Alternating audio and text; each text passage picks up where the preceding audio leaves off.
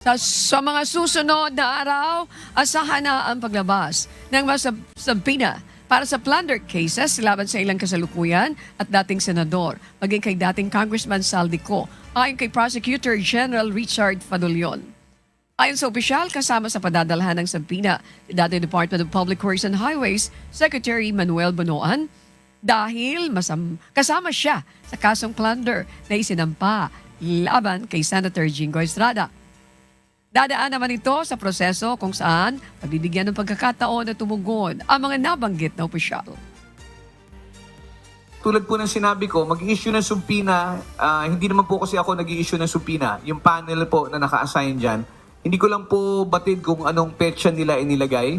Pero sa ilalim po ng ating batas, binibigyan po sila ng panahon para kumuha ho ng kopya, mga dokumento na nagsasaad ng kung ano ang demanda sa kanila. At bibigyan din sila ng kaukulang panahon para makasagot dito.